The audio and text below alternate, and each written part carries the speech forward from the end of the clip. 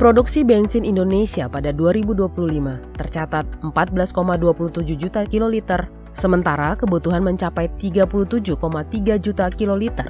Akibatnya, Indonesia mengimpor 23,03 juta kiloliter. Untuk mengurangi impor BBM, pemerintah telah menyiapkan peta jalan penggunaan etanol sebagai campuran bensin sebanyak 10% atau E10. Menteri SDM Bahlil Lahadalia menyatakan akan mewajibkan campuran etanol 20% pada BBM atau E20 mulai 2028. Saat ini, pencampuran etanol pada bensin sudah diterapkan pada produk Pertamax Green 95 dengan kadar 5% atau E5. Komisi 12 DPR RI mendukung penuh kebijakan pencampuran BBM dengan etanol. Selain mengurangi impor BBM, kebijakan bioetanol akan mendorong transisi menuju energi hijau dan menggerakkan sektor pertanian karena bahan baku untuk etanol adalah komoditas pertanian.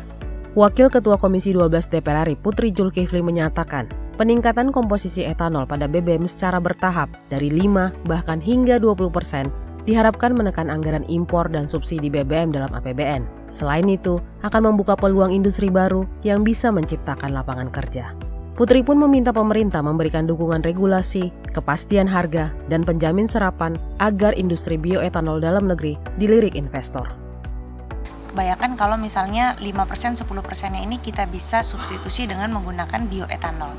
Harapannya tentu bisa menghemat gitu ya. Selain itu juga mendukung transisi menuju energi baru terbarukan yang lebih hijau dan harapannya bisa membuka peluang industri baru. Gitu. Sehingga tadi itu yang kami diskusikan, kita ingin agar potensi ini terus berjalan. Sementara Wakil Ketua Komisi 12 DPR RI, Doni Mariadi mengingatkan tentang kepastian ekosistem investasi, mengingat kapasitas industri bioetanol di dalam negeri belum mampu menopang kebijakan mandatori pemerintah yang baru mencapai 60.000 kiloliter. Birokrasi investasi bioetanol jangan dipersulit.